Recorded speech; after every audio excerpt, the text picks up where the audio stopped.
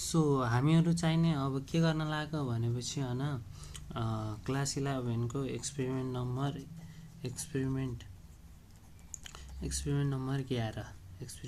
11 यो के भन्छ भने to identify the basic radical present in the given inorganic salt sample NOS by dry or wet test. सबभन्दा सुरुमा त हामीले यहाँ के लेख्नुपर्छ भने चाहिँ फिजिकल अब्जर्भेसनहरू लेख्नुपर्छ। फिजिकल अब्जर्भेसन्समा हामीले स्टेट लेख्नुपर्छ, त्यसपछि कलर लेख्नु पर्यो, त्यसपछि सोल्युबिलिटी लेख्नु पर्यो, सोल्युबिलिटी पछि अर्डर लेख्नु पर्यो, अर्डर पछि लिटमस पेपर टेस्ट लेख्नु पर्यो, स्टेट चाहिने क्रिस्टलाइन हुन्छ, कलर चाहिने यसको कलरलेस हुन्छ, सोल्युबिलिटी चाहिने यसको वाटर सोल्युबल हुन्छ, अर्डर चाहिने यसको एमोनिकल र पन्जेन्ट हुन्छ। AMMONICL एमोनिकल अर्डर आउँछ, ODOUR अर्डर आउँछ अथवा पन्जेन्ट स्मेल आउँछ, पन्जेन्ट स्मेल आउँछ। त्यहाँपछि लिटमस पेपर टेस्टमा चाहिँ यो चाहिँ रेडबाट चाहिँ ब्लूमा टर्न हुन्छ, सो यो के हो, यो चाहिँ एउटा बेस हो, यो चाहिँ एउटा बेसिक रिएक्सन हो। सो यति हुन्छ। यति सब भइसकेपछि हामीले थ्योरी लेख्नु पर्यो। थ्योरीमा चाहिँ नि के हुन्छ भनेपछि थ्योरी चाहिँ नि बेसिकली थ्योरीमा हामीले लेख्नुपर्ने भनेको ड्राई टेस्टको डेफिनेसन र वेट टेस्टको डेफिनेसन र यो माथिको थोरै थ्योरी लेखिदिनुपर्छ। थोरै थ्योरीमा के लेख्नु भनेपछि the positively charge ion which is cation or salt which can be obtained from base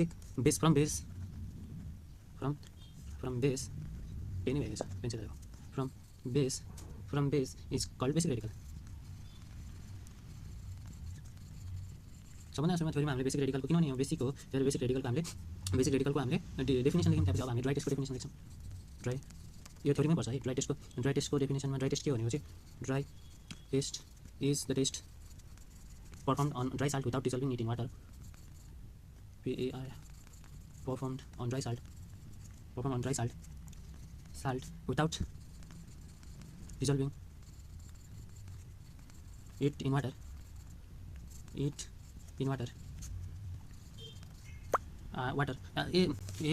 चाहिने कस्तो भनेपछि ड्राई टेस्ट भनेको चाहिने कस्तो टेस्ट हो भनेपछि यस्तो टेस्ट चाहिँ जो चाहिने साल्ट अथवा अरू कुनै उसमा पर्फर्म हुन्छ, जसले चाहिँ डिजल्भ नगरेर वाटरमा डिजल्भ नगरेर एसिड रेडिकल्स र बेसिक रेडिकल अथवा बेसिक रेडिकल्स चाहिने हामीले पत्ता लगाउन सक्यौँ। यसलाई ड्राई टेस्ट भनिन्छ।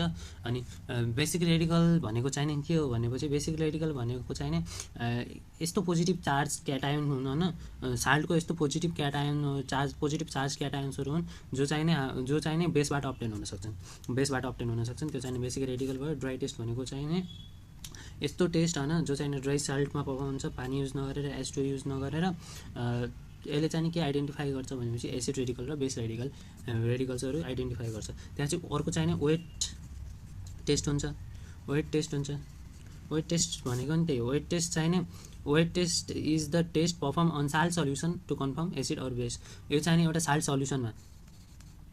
सल्युसनमा पर्फर्म हुन्छ, to confirm acid or base radical. Acid radical र बेस रेडिकल कन्फर्म गर्न चाहिने यो साल्ट सल्युसनमा हुन्छ। अब सुरुमा हामीले के लेख्नुपर्छ भनेपछि थ्योरी लेखेपछि हामीले dry test for basic radical एउटा सानो टेबल बनाउने होइन। एसएन नम्बर 1 लेख्ने, के लेख्ने भनेपछि स्मल अमाउन्ट अफ साल्ट हो, small amount of given small amount of given NaCl is heated in dry and clean test tube। यो चाहिने एउटा गिभन अमाउन्ट अफ साल्ट हुन्छ, स्मल चाहिने गिभन अमाउन्ट अफ साल्ट हुन्छ, त्यसलाई हामीले ड्राई र क्लिन टेस्ट ट्युबमा हामीले के गर्छौँ यहाँ तल राखेर हामीले यसलाई हिट गर्छौँ। पहिला चाहिने स्लोली, त्यसपछि चाहिने एकदम स्ट्रङली। अनि अब्जर्भेसन चाहिने के आउँछ, यति गरिसक्यो भनेपछि एउटा व्हाइट सब्लिमेट फर्म हुन्छ कि एउटा वाइट सब्लिमेट फर्म हुन्छ, वाज फर्म हुन्छ। अनि यसले इन्फ्लुएन्स चाहिँ के दिन्छ भनेपछि NH4 प्लस साल्ट अथवा Cl माइनस अथवा Br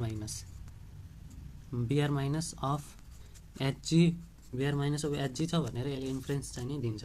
अब त्यहाँपछि बी नम्बरमा हामीले के गर्ने भने चाहिँ अर्को वेट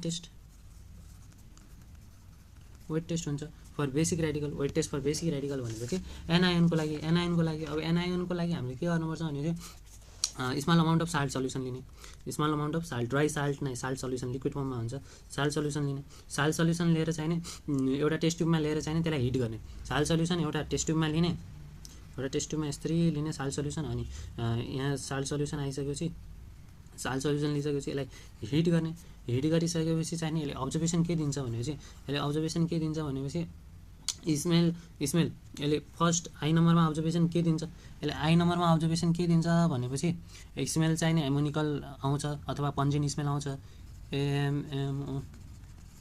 एमोनिकल अर पन्जेन्ट स्मेल आउँछ। अनि त्यसपछि सेकेन्ड नम्बरको अब्जर्भेसनमा चाहिँ नि यसले के दिन्छ भनेपछि यसले हामीले जस्तै कि यसमा लिटमस पेपर डुबायौँ भने लिटमस पेपर चाहिँ नि रेडबाट ब्लूमा टर्न हुन्छ कि ब्लू टर्न हुन्छ। त्यसले के बुझाउँछ यसमा बेसिक रेडिकल प्रेजेन्ट छ भन्ने बुझाउँछ। अब यसले इन्फ्लुएन्स के दिन्छ भनेपछि यसमा प्रेजेन्ट चाहिँ के प्रेजेन्ट छ भन्ने इन्फ्लुएन्स दिन्छ। यसले NH4 प्लस साल्ट प्रेजेन्ट छ भन्ने इन्फ्लुएन्स दिन्छ। अब रिजल्ट लेख्नु पऱ्यो। रिजल्टमा चाहिँ the given salt was found to contain NH4 given salt was found to contain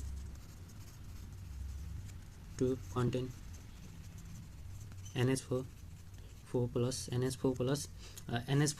as the basic radical त्यहाँ चाहिँ कन्क्लुजनमा के लेख्ने, त्यहाँ चाहिँ लेख्नुपर्छ कन्क्लुजन लेख्नुपर्छ।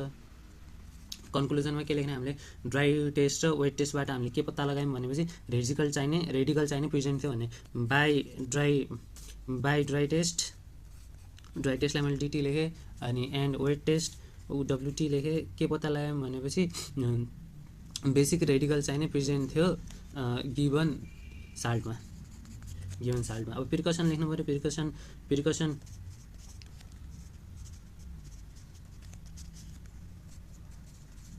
लेख्नु पऱ्यो। प्रिकसनमा के लेख्ने भने चाहिँ एउटा अपैरेटस चाहिने हामीले केयरफुल्ली ह्यान्डल हुनु पऱ्यो। अनि त्यसपछि ड्राई टेस्टको लागि ड्राई टेस्ट ट्युब चाहिने एकदम क्लिन हुनु पऱ्यो र ड्राई हुनु पऱ्यो। अनि केमिकल रिक्वायर्ड चाहिने केयरफुल्ली युज हुनु पऱ्यो। अनि त्यसपछि टेस्ट ट्युब वाइल हिटिङ गर्दा टेस्ट ट्युब होल्डरले मात्रै होल्ड गर्नु पऱ्यो हामीले। किनभने हाम्रो हात जल्नबाट प्रिभेन्ट गर्नु छ। अब यो त मैले एकदम रफली भनिदिएँ होइन। अब यसलाई चाहिने जस्तै कि अब प्र्याक्टिकल इक्जाम अथवा प्र्याक्टिकलमा तिमीहरूले गर्दाखेरि कसरी गर्ने भनेपछि यसरी गर्नुपर्छ।